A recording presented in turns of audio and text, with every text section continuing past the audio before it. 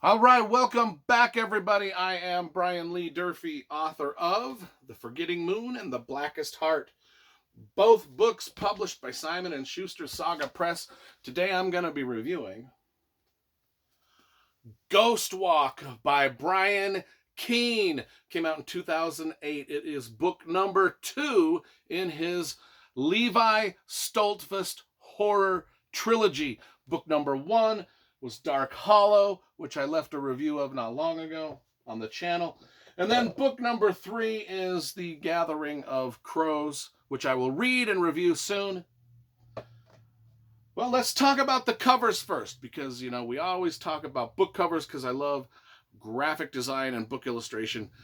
I've always enjoyed what Leisure Books has done with these Brian Keene books. They always give us this nice silver embossed font, big bold letters.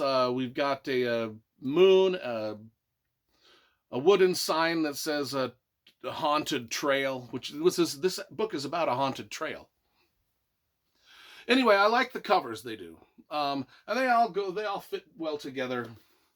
They all look like they belong together. Things like that. Let's talk about the book. Came out in 2008. It is, like I said, it's the sequel to this other book. If you want to, oh, by the way, I also reviewed Urban Gothic not long ago. Type in Urban Gothic, my last name, into your YouTube search bar. Watch the review of this. One of my favorite horror novels and one of my favorite book reviews I've done on this channel. Same with Dark Hollow, another great book and another great book review. Anyway, this starts out not long after Dark Hollow finishes. Dark Hollow, like I said, go watch my review of that. And then we can, I won't give any spoilers away for this or this. Starts out in York County, Pennsylvania, in a town there, and there's this Dark Hollow. There's this haunted woods, a legendary haunted woods where there's whispers of evil things in these woods, demons, witches, Bigfoot, goat men with enormous penises. I mean, literally, this is what stalks the woods, and people are frightened of it. And so what do the people in York County, Pennsylvania do? They say, let's turn it into a haunted trail. Let's make a haunted trail through the woods, through the murder woods, where we know people have been murdered. Let's make so people, it reminded me a lot of, and that's why I brought this book out, of Ghost Road Blues, which is about, again, some woods in Pennsylvania that the people in Pennsylvania here decide to turn into a haunted hayride. Well, the people in this book, they decide to turn into a haunted trail through the murder woods. And if you watch my review of this, you'll know that's not a good idea. Do not put a haunted trail through the Dark Hollow for anybody to go on, because, like I said, there's some weird shit in these woods. But who's going to listen to me? So, our main character, we get this story through 3 perspectives. Also, we finally get to meet Levi Stoltzfus. Like I said, it's the Levi Stoltzfus horror trilogy. In book 1, Dark Hollow, we didn't meet Levi Stoltzfus. Exactly 54 pages into this book, we actually get to meet Levi Stoltzfus for the first time, and this book really got interesting once we met him. Urban Gothic, Dark Hollow, both of those books shot right out of the cannon with some grotesque, grim horror action and an adventure. This is more of a slow burn. 54 pages into this book, I was like, wow, this is not like the other 2 Brian Keene books I read. I didn't write them. That I read, where everything was just right out of the gate. You were immediately into the gruesome horror stuff.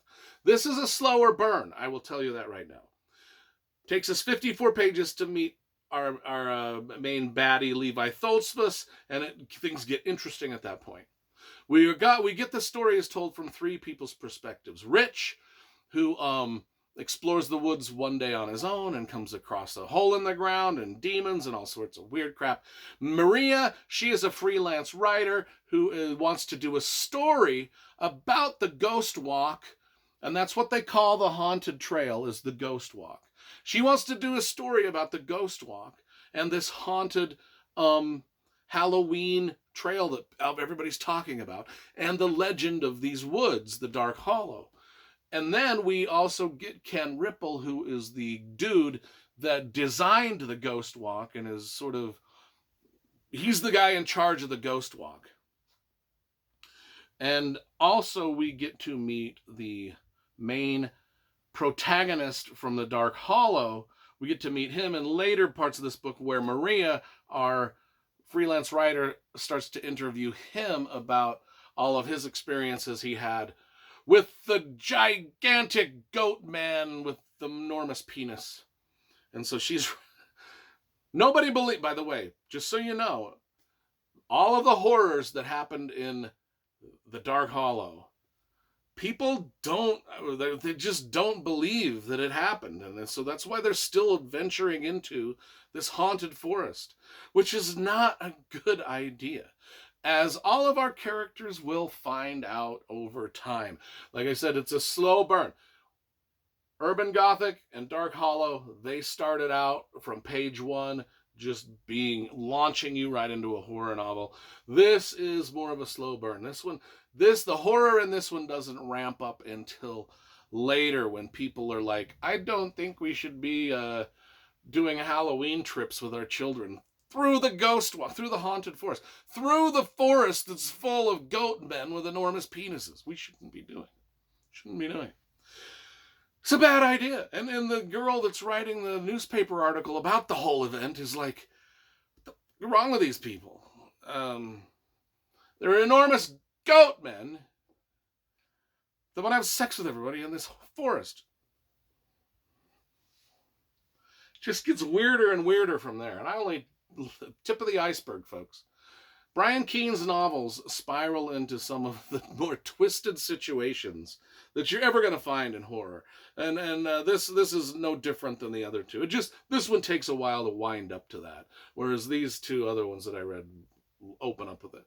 Anyway, I am going to give the Ghost Walk a slightly lesser... I liked Urban Gothic and Dark Hollow quite a bit more than this one. And I think it's because maybe I enjoyed just being launched right into the terror on page 1 of these. And maybe I was expecting too much of this. And so I'm going to give this one a 7.5 out of 10. And I can't wait to see where he goes with book 3. But we will get to that review when we get to it.